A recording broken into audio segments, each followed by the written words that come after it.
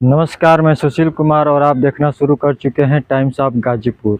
आज हम आप पहुंचे हैं कुशीनगर, जहां पर भगवान बुद्ध का स्तूप है।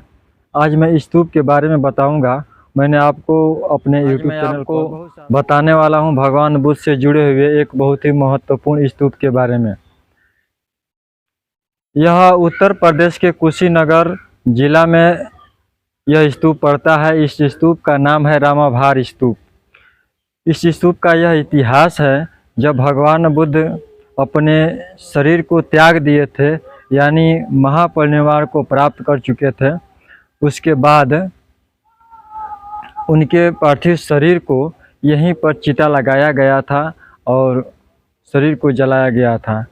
जब शरीर पूरे जल गया था और शरीर जलने के बाद चिता ठंडी होने के बाद जो शरीर का कुछ धातु बच जाता है, धातु से ये समझें कि जो शरीर की जो कुछ हड्डियां होती है जो जल नहीं पाती है, वो बच जाता है। उसको कई भागों में बांटा गया और उस पर स्तूप बनाया गया। यहाँ पर राख ही बचा हुआ था, तो राख जब बचा था तो राख पर ही स्तूप बनाया गया। तो इसलिए इस स्तूप का नाम भी अंगार स्तूप भी कहा जाता है। वैसे इसका नाम रामाभार स्तूप है और अंगार स्तूप भी कहा जाता है यहाँ पर। और यह स्थान बहुत ही पूजनीय है। भगवान बुद्ध के जीवन से ये जुड़ा हुआ बहुत ही महत्वपूर्ण स्थान है। भगवान बुद्ध अपने जीवन में बताए थे कि हमारे महापरिनिर्वाण के बाद हमारे शरीर हमसे जुड़े हुए चार स्थान जो होंगे बहुत ही महत्वपूर्ण होंगे, जो 4 धाम के नाम से जाने जाएंगे। और यहाँ दूर दूर से अन्य देशों से भी लोग आएंगे। जो मैं आपको बता दूं कि जो पहला स्थान है लुम्बिनी, और दूसरा स्थान है बोधगया, और तीसरा स्थान है सारनाथ, और जो चौथा महत्वपूर्ण स्थान है और जो भगवान बुद्ध का जो अंतिम समय और अंतिम क्षण है वो यही कुशीनारा है, जिसका पुराना नाम कुशीनाड़ा कहा जाता था। अब वही नाम अपभ्रंश होकर के अब कुशीनगर बन चुका है, जो आज भी यह पुराने साहित्यों को दर्शाता है। पुराना नाम भी अभी भी जुड़ा हुआ है, जो आज रामाभार स्तूप है। यहाँ बहुत से पर्यटक आते हैं, देश विदेश के लोग आते हैं, पूजा वंदना करते हैं और मन्नतें भी मांगते हैं। इधर मैं आपको दिखाना चाहूँगा, देखिए उधर सफ़ेद सफ़ेद फूल भी है, जो आते हैं लोग यहाँ रखते हैं और बड़े श्रद्धा मन के साथ पूजा वंदना करते हैं। जैसे कि आप यह भी जानते हैं कि जहाँ कहीं भी हम जाते हैं तो अपने ज़्यादा लगाव रखते हैं, और जिनसे ज़्यादा हम जिनको चाहते हैं, जिनको फॉलो करते हैं, जिनको अपना श्रद्धेय मानते हैं, उनके यहाँ जब जाते हैं तो हम कुछ अच्छी चीज़ों को लेकर के जाते हैं और अच्छी चीज़ें वहाँ देने का प्रयास करते हैं। तो जो भी लोग यहाँ आते हैं पूजा वंदना करने के लिए, अन्य देश से भी लोग आते हैं, तो एक सुंदर पुष्प रखते हैं भगवान के सामने। इसीलिए वो भगवान बुद्ध की जहाँ जो मूल स्थान हुआ करता था उसको गंधकुटी विहार भी कहा गया है। इसलिए कि जो सुगंधित पदार्थ होता है, सुगंधित फूल होते हैं, सुगंधित लेप होता है, सुगंधित ऑयल होता है, या अगरबत्ती आज के समय में चल पड़ा है, पहले ज़माने में नहीं हुआ करता था। तो लोग वहाँ सुगंधित पदार्थों को रखने की वजह से और हमेशा सुगंधितमय होने की वजह से, वातावरण शुद्ध होने की वजह से वो मूल गंधकुटी विहार के नाम से जाना जाता था।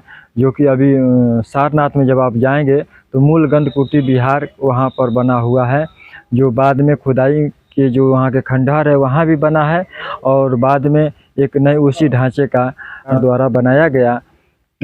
लेकिन हम लोग आज मौजूद हैं कुशीनारा में, और मैंने आपको इस स्तूप के बारे में बताया कि जहाँ पर भगवान बुद्ध के पार्थिव शरीर को यहीं पर जलाया गया, और जलाने के बाद जब सम्राट अशोक का शासन काल आता है, तब भगवान बुद्ध के उस जीवन को याद करने के लिए और उनकी जो ऐतिहासिक चीज़ें हैं, उनके जो जहाँ जहाँ पर उन्होंने अच्छे से सूत्र दिए और अच्छे ज्ञान की बात की, सभी जगहों को उन्होंने संजोने का काम किया। उन्हें समय समय तक, जुगों जुगों तक याद रहे, लोग आने वाली पीढ़ियाँ उसको जानती रहे। इसलिए उन्होंने एक बहुत ही बड़ा भव्य स्तूप का निर्माण कराए सम्राट अशोक महान जी। और इस तरह से उन्होंने बहुत सारे लेख लिखवाए, स्तूप बनवाए और अशोक स्तंभ लगवाए, क्योंकि वो एक ऐसा अस्थाई बनाए कि ये कभी मिटने वाला नहीं है।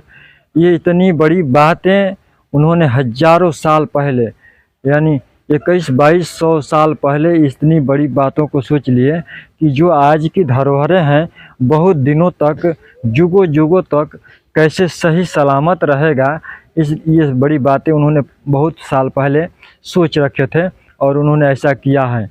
और उन्हीं के ऐसे लिखने से और बताने से, बनवाने से जो उन्होंने अस्थाई व्यवस्था बनाया, आज हम लोग जान पाते हैं कि नहीं, भगवान बुद्ध का यह धम्म था और आज तक ये चिरस्थाई बना हुआ है, न कभी मिटने वाला नहीं है।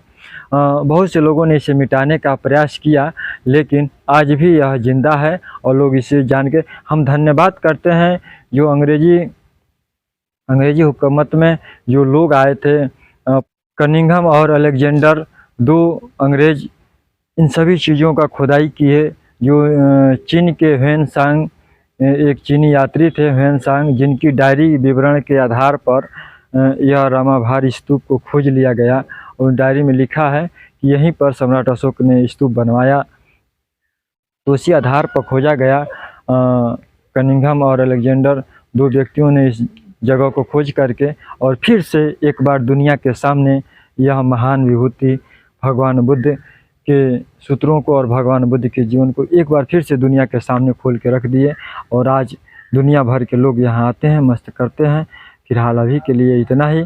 वीडियो कैसा लगा आप ज़रूर कमेंट बॉक्स में लिखिएगा और अपना राय ज़रूर व्यक्त करिएगा। फिलहाल अभी के लिए इतना ही। नमस्कार, जय भारत।